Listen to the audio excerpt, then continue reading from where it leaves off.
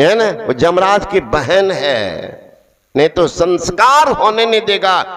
संस्कार बनता मां के पेट में, मां के पेट में पढ़िएगा गर्भोपनिषद। गर्भ का चौथा महीना जब चढ़ता है, माँ बाप जिस वातावरण में रहेंगे संतान वैसी होगी। गर्भ का चौथा महीना चढ़ गया है, माता जी पढ़ेगी रामायण, गीता की पाठ करेगी, सत्संग में दोनों दंपति बैठेंगे, दोनों दीक्षा लेकर के ध्यान करेंगे, घर में संत भगवान की तस्वीर टांगेंगे, मां की दृष्टि बार बार तस्वीर पर जाती रहेगी। इस तरह मां 9 महीना बिता लेगी, निश्चित धर्मात्मा पुत्र या धर्मात्मा पुत्री पैदा लेंगे। गर्भ का चौथा महीना चल गया है, गर्भ में बच्चा का पहले काने खुलता है, तीसरा महीना में निर्णय करते भगवान लड़का बनेगी कि लड़की। इसलिए आप जाएंगे डॉक्टर के पास, वो बता देते हैं लड़की है या लड़का है तीसरा महीना में। तो गर्भ में कान खुलता चौथा महीना में, गर्भ का चौथा महीना चल गया है, माता जी घूमती है बाजार, नाच गान देखती फिरती है, कभी सत्संग में नहीं जाती है, महापुरुष से दीक्षा नहीं लेते हैं, घर में हीरो हीरोइन सबका तस्वीर टांगते हैं, मां की दृष्टि बार बार तस्वीर पर जाती है। इस तरह मां 9 महीना बिता लेगी, निश्चित कुकर्मी पुत्र या कुकर्मी पुत्री पैदा लेंगे। घरे से लाज जूता शुरू होगा। आप एक महाराज उदाहरण, 1000 उदाहरण है। अर्जुन पुत्र अभिमन्यु को कहां ज्ञान हुआ था? मां के पेट में। पराशर ऋषि को कहां ज्ञान हुआ था? मां के पेट में। प्रहलाद को कहां ज्ञान हुआ था? मां के पेट में। सुखदेव मुनि को कहां ज्ञान हुआ था? मां के पेट में। आज तो वैज्ञानिक लोग भी हतप्रद है कि सचमुच पूर्वजन का संस्कार होता है। कैसे मान लिया? एक 3 वर्ष 3 महीना 4 दिन की तरुणा नाम की लड़की जमुना की 1.5 किलोमीटर पानी के धारा को तैर करके पार कर गई, गिनीज बुक में नाम दर्ज कर दी। उसकी छोटी बहन कीर्ति निषाद और हद कर दी। 2 वर्ष 11 महीना 4 दिन में जमुना के 1.5 किलोमीटर धारा को स्रोत तैर करके पार कर गई। जिस दिन जमुना में लहर उठ गया था, अब बुक ऑफ लिम्का में अपना नाम दर्ज करवा दी। पूछा गया पत्रकारों के द्वारा कैसे ज्ञान हुआ? ये मां के पेट में थी बच्ची, इसकी मां कपड़ा धोने जाती थी और रोज छलांग लगाती नदी में तैरने का। बच्चा को तैरने का ज्ञान मां के पेटे में हो गया था, है ना? 9 वर्ष 6 महीना का तथागत तुलसी मैट्रिक 65% के साथ पास किया।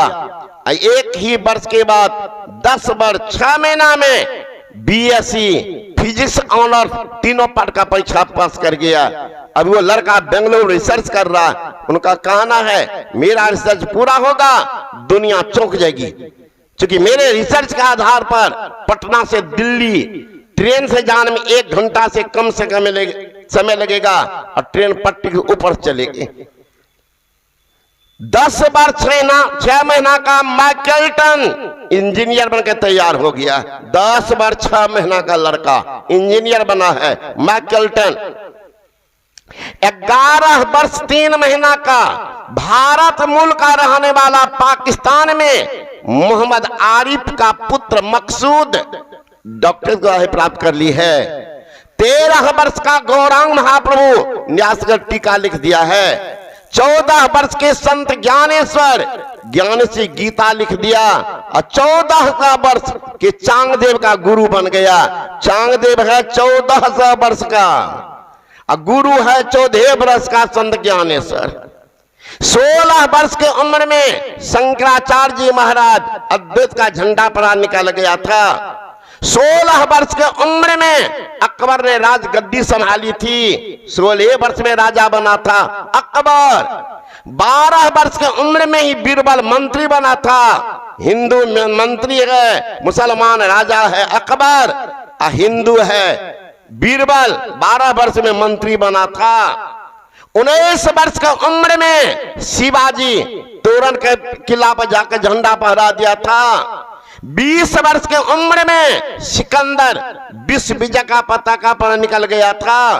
5 वर्ष की उम्र में गुरु नानक दरबार के 9वां गुरु 8वां गुरु हरे कृष्ण जी महाराज गुरु गद्दी पर जाके बैठ गया था। सिख संप्रदाय में हलचल मच गया। 5 वर्ष का लड़का योग है। अब लगा कि सिख संप्रदाय कई भाग में विभक्त हो जाएगा, प्रेरणा हुई उनकी। सारे सिखों के मन में जो अंतर्जामी महापुरुष होंगे उनको सारी विद्या उतर जाती है। देहस्था सर्व विद्या देहस्था सर्व देवता देहस्था सर्व तीर्थान गुरु आकेन लभ्यते। सारी विद्या सारी देवता इस शरीर में है, दिखता के नहीं है, गुरु ही नहीं है। आप हम मंदिर दौड़ रहे हैं, जो उस मंदिर में भगवान खोजने जा रहे हैं वो मंदिर भगवान तो आपके अंदर में है। का कौन बेटा है? मन के देवता चंद्रमा, बुद्धि के देवता ब्रह्मा, चित्त के देवता वासुदेव, अहंकार के देवता शिव जी, हाथ के देवता इंद्र। एक संत ने कहा है मन के देव चंद्र बुद्धि ब्रह्मा, वासुदेव चित्त के रे, अहंकार शिव दशा करण के, नयन भान सिर हेरे, रसना वरुण त्वचा के मारुत, नासा अश्विनी जानो, मुख के अग्नि, इंद्र हाथन के, देव गुदाजम मानो, लिंग के देव प्रजापति सिरजत, चरणन विष्णु विराजे, 14 देव रहत नित तंग संग नित्र होगा जे। सब देवता भितरे में है, जाना पड़ेगा। मंदिर में एक साध्वी लिखती है घरे के मंदिर बनेबे, मंदिरबा में की कर जेबे। घरे के मंदिर बनेबे, मंदिरबा में की कर जेबे।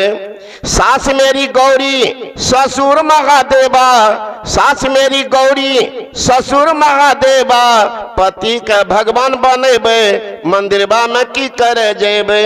जेठानी का गंगा देवरानी का जमुना, जेठानी का गंगा देवरानी का जमुना, नंदी का तुलसी बनेबे, मंदिरबा में की कर जेबे। यहाँ देवता है घर में सास ससुर, उनको तो लती आती है, भोला बुआ के मूर्ति को जाकर हथियाती है, भर पांच पकड़ती है। देवता घर में रो रहा है बैठ करके, न माँ देती है न बेटा खिलाता है ना। अब मंदिर में जाके सब पूजा सब दुखड़ा भगवान को सुनाते हैं। सब भगवान देख रहा क्या क्या करके आई है, वो देवता तो घर में दो रो रहा है। एक लोटा पानी के लिए महाराज घर में माँ बाप सास ससुर का घर में निकल रहा दम, अब बाहर में देखिएगा हो रहा है बोल बम बोल बम। यहाँ प्रत्यक्ष देवता सास ससुर उनका निकल रहा है पानी के लिए दम, अब बाहर मोड़ा बोल बम। अरे बम बम तो करता जिनको कम नहीं, ठीक है करो, ये पूजा पाठ करना पाप नहीं है, तीर्थ में जाना पाप नहीं है, खूब जाइए, लेकिन पहले घर के देवता को खुश रखिए। देवता अगर नाराज है तब जा रहे हैं, मर रहा है खाने के लिए, अब बाहर जा रहे हैं तब क्या दशा होगी नहीं देखते। जीवत पिता पानी लतंगा, अब मरल पिता का पहुंचावे गंगा। जीवत पिता को मच्छर मारे जान, अब मरल पिता का मसहरी पर मसहरी, खटिया पटिया बाछी करो दान बाबा को होगा कल्याण। जीवत पिता को मिले ना भोटिया, मरल पिता का तोशक तकिया दान कर रहे। बाबूजी के मिले, बाबूजी मिलेगा जाके देखा, ये तो पंडित जी का बेटा बेटी और कैसे है कि बाबूजी से हुए, कहां जाएंगे। तो ज्ञान के अभाव के कारण देख लीजिए कहां कहां लोग दौड़ लगा रहे। पढ़िएगा स्कंद पुराण, उसमें है दान करना पुण्य है किनको, पात्र देख लीजिए। धूम्रपानं रतं विप्रः दानं कुर्वन्ति यो नरः, दातारो नरकं यान्ति ब्राह्मणं ग्राम शुक्रा। कहते मांस भाती खाने वाला, खैनी बीड़ी चबाने वाला, ऐसे ब्राह्मण को आपने दान किया है, दान दिया है, माँ बाप के उद्धार के लिए दान दिया है, पुण्य काम समझ करके दान किया है, तो दान देने वाला कहां जाएगा? रिजल्ट सुन लो, दातारो नरकंयान्ति, दान देने वाला नरक जाएगा। तो पंडित जी तो सीधे फोरलन पकड़ेगा स्वर्ग का? नहीं नहीं, ब्राह्मणं ग्राम शुक्रा, ब्राह्मण गौ का सुगर बनेगा। पढ़िएगा मुक्ति को उपनिषद, नहीं हो धर्म ग्रंथ लीजिएगा। आज तो दुर्भाग्य हिंदू के लिए एक भी घर में कोई धर्म ग्रंथ नहीं। पढ़िए, तीसरे आदमी बड़ी गांव है, हमें बता दीजिएगा किनके घर में वेद है? 4 वेद, उनका लेखक कौन? इसमें बहुत बड़े सत्संगी सब हमको बताइए। जानते हैं कि वेद को किसने लिखा है? कौन लिखा है हमको बताइए, वेद के लेखक। अच्छा, फेल कर गए, बैठ जाइए। और कोई है जानते तो बता दीजिए, वेद को किसने लिखा है? अब हमको बताइए कि कुरान को किसने लिखा है? आपके अगल बगल मुसलमान है? आप लोग कोई हो तो आज जाकर प्रैक्टिकल कीजिएगा। 90% मुसलमान बताएगा कि कुरान अल्लाह खुदा का पैगाम है। अरे बे, अल्लाह खुदा का पैगाम कब आया धराधाम पर? सब मुसलमान कहेगा मोहम्मद साहब के ऊपर में, मोहम्मद साहब के ऊपर में आया है कुरान। ठीक है, बहुत अच्छी बात। मोहम्मद साहब कब आए धराधाम पर? 786 ईस्वी। देखिएगा मुसलमान के दुकान में, मुसलमान के गाड़ी में, मुसलमान के घर पर लिखा होगा 786। उनका पुण्य मानते हैं क्योंकि मोहम्मद साहब का जन्म है 786 ईस्वी। उनकी माँ का नाम था अमीना, पिता का नाम था मोहम्मद अब्दुल्ला। मोहम्मद साहब उनके ऊपर में आया ये कुरान कब? 786 में। ईस्वी की शुरुआत 786 हुई कि 1-2 से? 1, 2, 3, 4, 5 करके हुआ है कि 786 से शुरू हुआ है? जब 1-2 वाले को पता ही नहीं है, अरे महाराज वेद को किसी ने नहीं लिखा है, इसको कहते हो अपुरुषे ग्रंथ। और लिख लीजिएगा सब कोई, अपुरुषे ग्रंथ, पुरुष ने नहीं लिखा है, परमात्मा के दरबार से डायरेक्ट वह शब्द आया 4 ऋषियों के ऊपर में। अंगिरा ऋषि, अग्नि ऋषि, है ना, इन ऋषियों के कपार पर वेद आया। उन्होंने बखान किया, व्यास देव जी विस्तार किया है, लेखक नहीं है। लेखक तो साक्षात परमात्मा है। अज्ञात शक्ति जो 4 ऋषियों पर आया था। आज कहते हैं 50 वर्ष के सत्संगी है, हम फलना बाबा के सेवा में बरसों रहे हैं, अब बाबा ही का हवा निकल गया, बताया ही नहीं है। दुर्भाग्य है आज पंडितों का जो इसको पता ही नहीं कि वेद को किसने लिखा है। अपुरुषे ग्रंथ कहते हैं वेद को, अपुरुषे, पुरुष ने नहीं लिखा है। विस्तार किया है व्यास देव जी, लेकिन लेखक कौन है? अज्ञात शक्ति जो ऋषियों पर आया। शब्द कैसे बन गया? शब्द कहां से आया? शब्द को कौन बनाया? इसलिए दुर्भाग्य हिंदू की, देखिए ना किताब की दुकान वाला आया होगा, रंग बिरंग की तस्वीर आई होगी, इसमें से हमको हाथ जोड़िएगा क्या आदमी खरीदे? अगर यहीं पर बैलून रहता और वही कचौरी फूल एरिया जिलेबी के दुकान तो सबके हाथ में, सब मैया के हाथ में कच्चा खच्चा जिलेबी खच्चा सब कहाँ ले, बाल बच्चा ले जाए छिए। अब बच्चा खाएगा, पैखाना करेगा, खत्म। लेकिन वो धर्म ग्रंथ महाराज अगर घर में रहेगा, आप नहीं पढ़ेंगे, बेटा पढ़ेगा, पोता पढ़ेगा, परपोता, कोई न कोई पढ़ करके उनका जीवन सुधार होगा। सुधार वाला नहीं तो कचौरी या फूलोरी खोल रहे। कहीं दान मत करो, लेकिन धर्म ग्रंथ जरूर रखो घर में।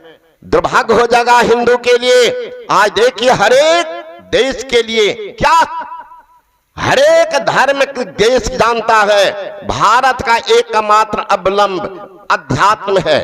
अध्यात्म के धराधाम पर, धरातल पर ये जीवन टिका हुआ है। किसी देश को, किसी घर को बर्बाद करना, किसी के जमीन को हड़पना है, कह रहे केबाला को जला दीजिए, नक्शा को जला दीजिए, कोई आधार ही नहीं, तुम्हारा जमीन है कि हमारा, हमारा जमीन है। लो आधार, आधार है केबाला, केबाला है ये नहीं, जमीन हमारा, चढ़ जाएगा।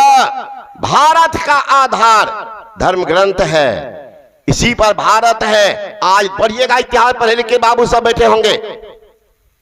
ये भारत पर जब भी विदेशी आक्रमण हुआ है, पहले धर्म ग्रंथ को जलाया है। नालंदा विश्वविद्यालय में आग लगा दिया था, 3 महीना तक आग लगी रही, इतनी पुस्तक थी उसमें, 3 महीना तक नहीं बुझाई थी। बता दीजिए धर्म ग्रंथ। आज भारत को मात्र स्वाभिमान है महात्मा पर, भले महात्मा में थोड़ी कमी आई है, उनके आहार में, व्यवहार में साधक की संख्या कम रही है, इसलिए थोड़ा हो रहा है, नहीं तो अभी गौरव है भारत को। अरे अमेरिका को अपने डॉलर पर गर्व है, इतना कीमती रुपया किनके पास। अमेरिका को डॉलर पर गर्व है, चीन को इलेक्ट्रॉनिक्स मीडिया पर गर्व है, कुवैत को पेट्रोलियम पदार्थ पर गर्व है, तो भारत को लंगोटीधारी महात्मा पर गर्व है। अगर महात्मा भी नहीं हो, समझाने वाला कौन होगा? रसातल चले जाएंगे, जल्दी चले जाएंगे, धरती उलट जाएगी। धर्म की धरातल पर ये मानव टिका हुआ भारत में दुर्भाग्य आज यहाँ 80 वर्ष के बूढ़ा को, 80 वर्ष के बुढ़िया को ज्ञान नहीं।